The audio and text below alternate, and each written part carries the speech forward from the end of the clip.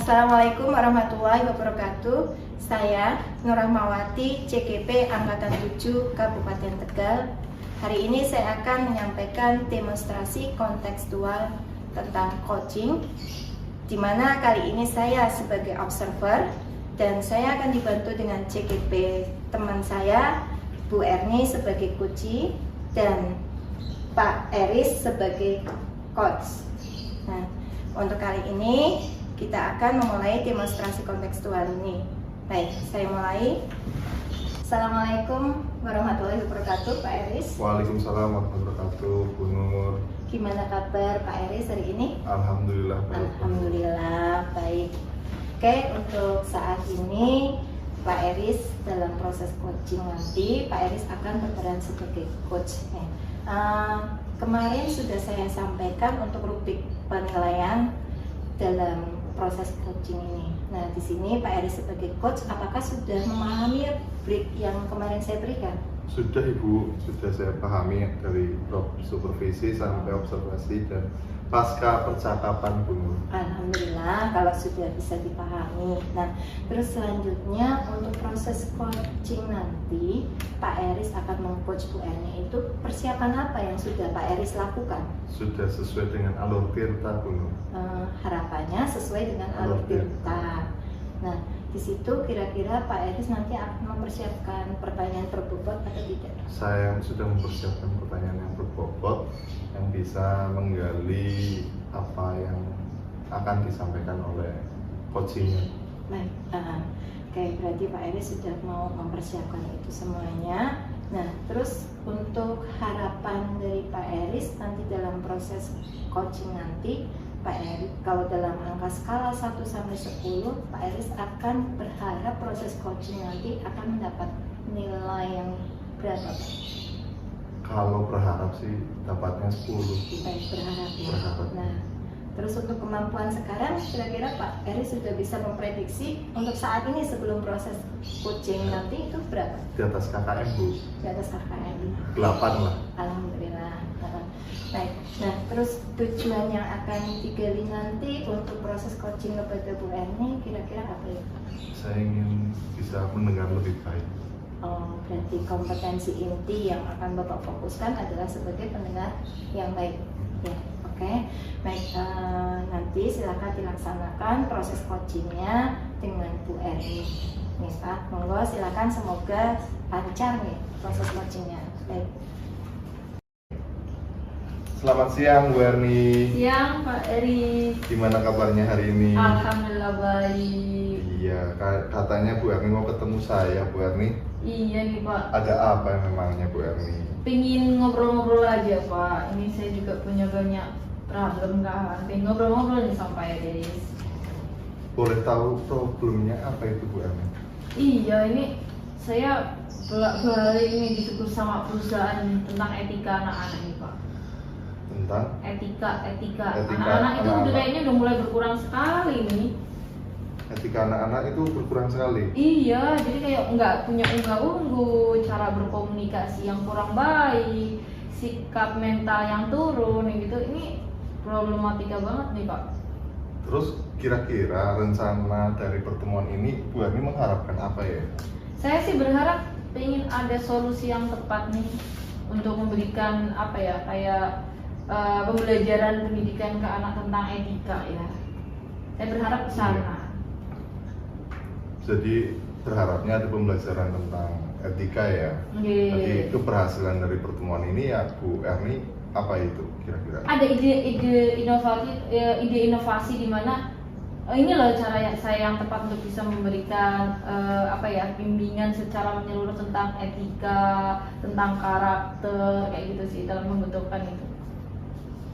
Memang selama ini dari skala 1 sampai 10 kira-kira Bu Erni itu sudah berusaha di level berapa sih Kalau untuk bahas mencapai tujuan itu ya? Kalau bahas masalah level berapa, mungkin kapasitas saya sebagai guru BK aja ya Pak. Maksudnya itu pun baru di siswa asuh saya nih ya.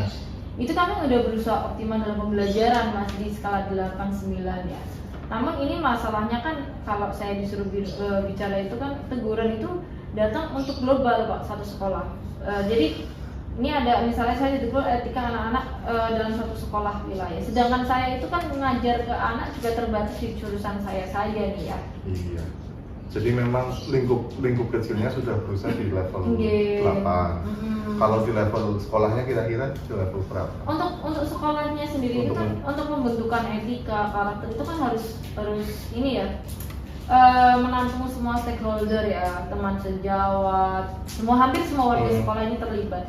Lah untuk menuju ke sana kan mungkin tidak segampang itu karena mungkin akan terbentur banyak pikiran, banyak pendapat kayak gitu kan. Sehingga masih belum tahu nih caranya saya. Ini yang jadi problematika tuh kayak gitu. Jadi masih ada hambatan ya? Iya. Ketika menghadapi tujuan tersebut. Kira-kira kekuatannya Bu Erni untuk menghadapi hambatan itu apa? Untuk etika tadi. Kekuatan saya karena saya masih guru BK ya, mempunyai kekuatan hanya di lingkupnya saya. Terus kemudian kalau bicara tentang saya berperan sebagai BKK, saya masih punya peran untuk berkomunikasi dengan industri dan sekolah tentang kebutuhan industri, keluhan industri dan selama ini komplain industri tentang anak-anak SMK. Namun hambatan lebih besar lagi adalah ketika saya menyampaikan ke sekolah kan belum tentu diterima ya secara baik. Karena mereka juga belum merasa bahwa ini loh pendidikan kita kan sudah diterapkan sudah baik nih, adanya pendidikan karakter dengan TNI, adanya pendidikan karakter yang selama ini tentang misalnya pengajian, ada yang dikumpulkan. Bagi mereka kita sudah berusaha optimal di sekolah memberikan itu. Namun ternyata kenyataannya di lapangan enggak seperti itu hasilnya kan gitu. Jadi masih belum signifikan menurut Bu Erni? Menurut saya belum. Karena memang mengkondisikan banyak anak dengan mengkondisikan beberapa anak kan memang berbeda ya. Terus kira-kira apakah ini masih bisa di up lagi untuk mencapai tujuan Bu Erni ya tadi etikanya dari usaha sekolah itu? Kalau untuk membahas masalah ya selalu dikomunikasikan. Contoh adanya seleksi pada saat masuk ke BDB, terus bagaimana konsep-konsep sekolah memberikan kayak solusi-solusi terbaik, memberikan pembelajaran yang baik kepada anak dan sebagainya. Namun tadi terkadang program-program yang diunggul kayak sama sekolah untuk membentuk sebuah karakter terkadang juga hanya sebuah program nih, tidak selalu mengena sama anak. Mungkin kalau kita bahas di lapangan sendiri ya, program pendidikan karakter itu bukan cuma tahun ini, udah dari zaman kapan kita gemar-gemar tentang pendidikan karakter? Sebenarnya sama ya? Sama, namun ternyata kebalikannya itu hasilnya itu nggak seperti apa yang diharapkan. Belum signifikan mungkin ya? Betul. Kira-kira solusi apa sih Bu yang bisa kita lakukan biar ini menjadi bisa lebih baik lagi? Kalau masalah solusi apa? Sebenarnya ini kan pemerintah juga perlu melihat ke bawah. Apa sih kendala kita di lapangan gitu. Dulu makanya pada saat masih adanya PPDB yang penguasaannya kita gitu kan, pada saat kita masih menguasai PPDB bukan otonomi daerah kan. Kita kan masih bisa memilih nih, sehingga anak-anak yang pengen masuk ke tempat sekolah yang bagus, sekolah favorit mereka adalah anak-anak yang benar-benar punya motivasi. Terus mereka anak-anak yang punya daya juang bagus, pola pikir bagus, sehingga ketika diolah di tempat yang bagus menghasilkan lulusan yang bagus-bagus nih. Namun kenyataannya di lapangan, setelah adanya sistem otonomi daerah yang diperankan oleh pemerintah tentang adanya zonasi, KIP dan sebagainya, itu juga akhirnya membuat perubahan itu tidak signifikan ya. Apalagi pemerintah membuat sekolah ramah anak, terus guru harus menghamba pada murid gitu kan. Pada kenyataannya memang ada tujuan yang baik di sana, ada hal yang sudah memang bisa diterapkan. Namun kenyataannya, ngapunten nih ya, tidak segampang apa yang kita gemborkan dalam sebuah program. Contoh kecil. Contoh kecil. Kita kembali ke rumah kita, Pak. Saya punya anak usia 8 tahun. Ketika saya bilang sama anak saya, kamu ini ya, jadi harus berbagi sama teman-temannya, coba bisa memahami teman yang lain, coba jangan terlalu egois, harus saling menghargai, harus menunjukkan kata-kata yang baik, komunikasi yang baik, coba untuk memilah-milah teman-teman yang tidak baik dan yang baik dan sebagainya nih. Kita berikan energi positif pada anak kita. Namun ternyata ketika di lapangan anak berkumpul dengan teman-temannya, anak berkumpul dengan orang-orang yang tidak menunjukkan energi yang positif, ini anak jatuh nih Pak. Karena lingkungan. Karena lingkungan. Meskipun power utama di lingkungan keluarga nih. Iya. Kenapa kadang saya masih agak sedikit setuju ketika kita memberikan pendidikan yang sedikit agak menekan, langsung kita rangkul lagi nih. Ada penekanan langsung kita rangkul lagi. Tidak semata-mata kelonggaran. Meskipun yang memang kadang-kadang dalam segi pendidikan itu nggak boleh loh ada apa ya, dalam hal penekanan, peraturan dan sebagainya. Contoh lagi, sekolah di pendidikan juga kadang-kadang nggak boleh ada peraturan, adanya keyakinan, adanya komitmen.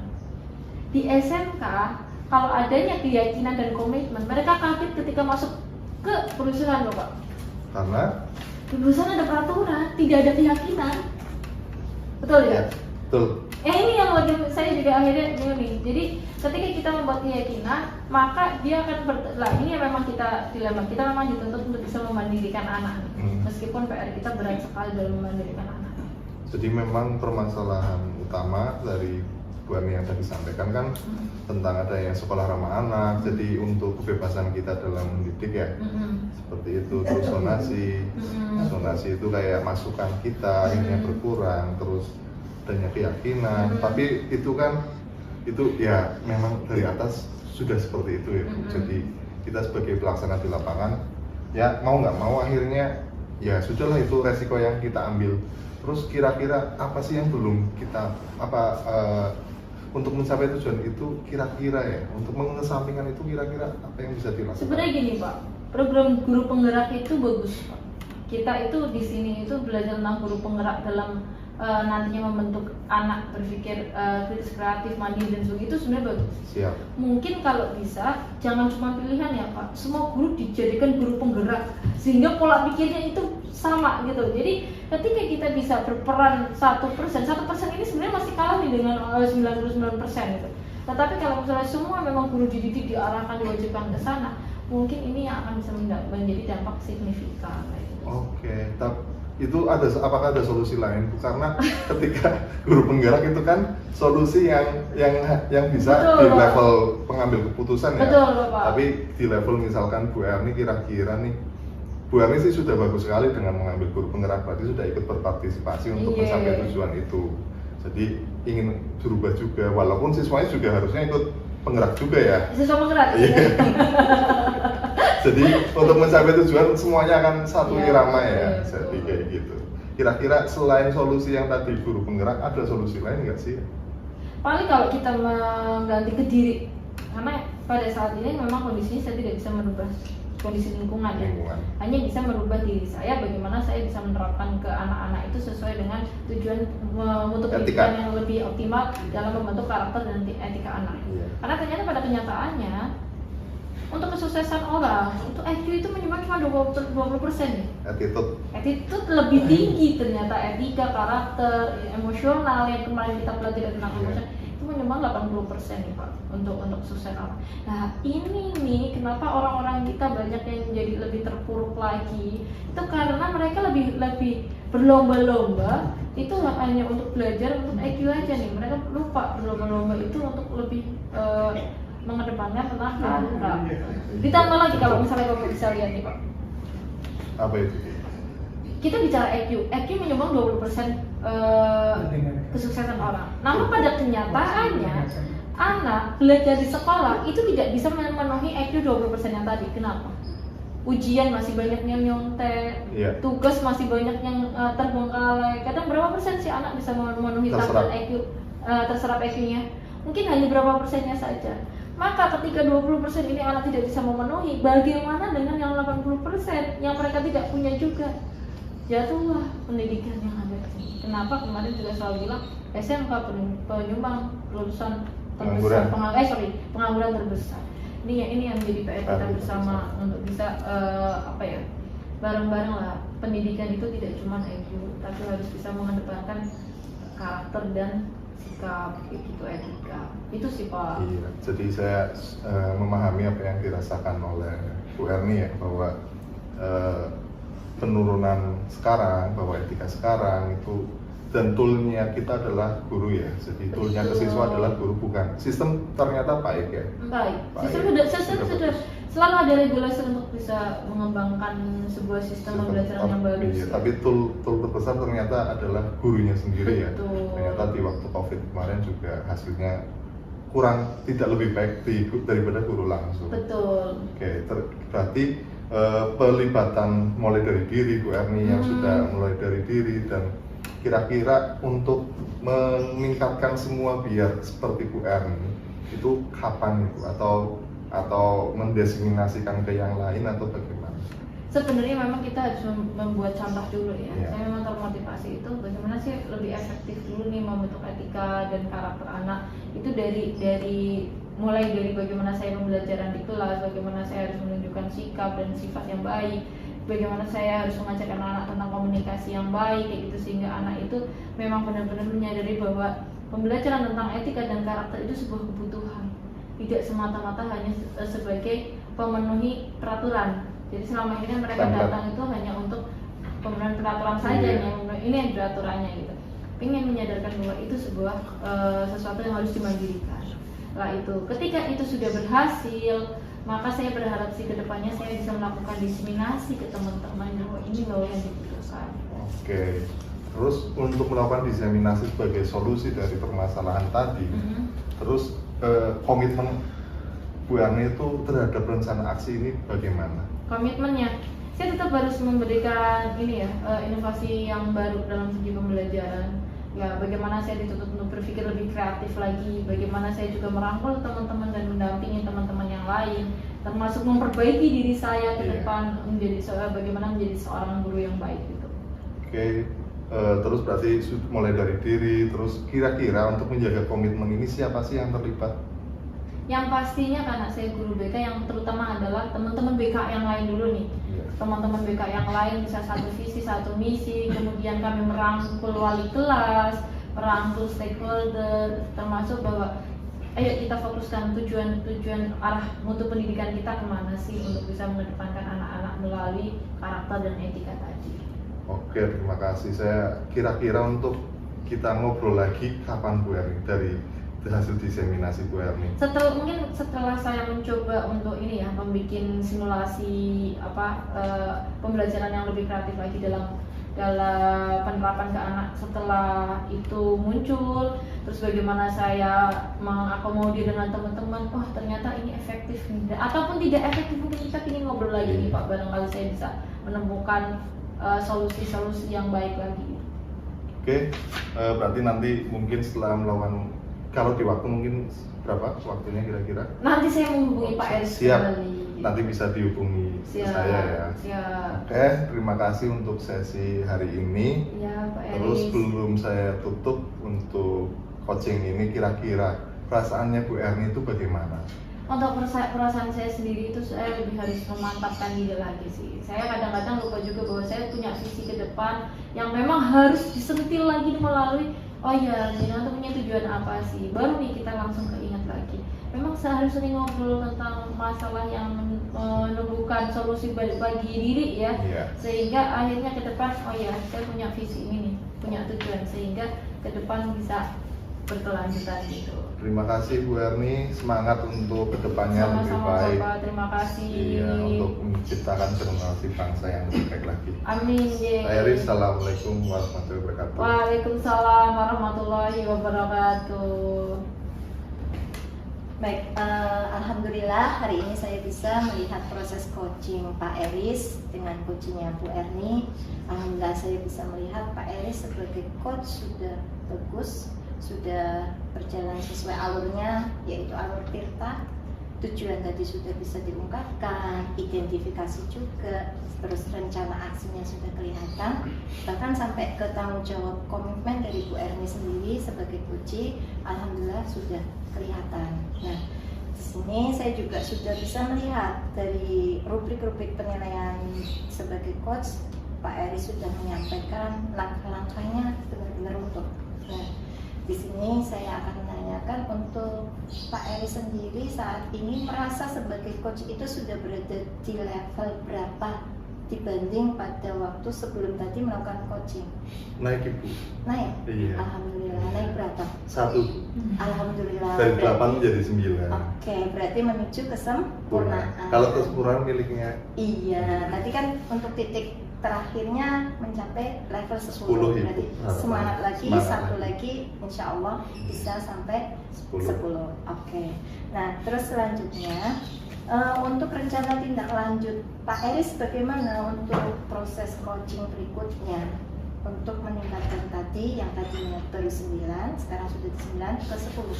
Jadi lebih mendengarkan lagi Ibu. Mendengarkan lagi. Iya, dengan baik, Iya. dengan penuh Hmm. gitu. Nah, iya, oke.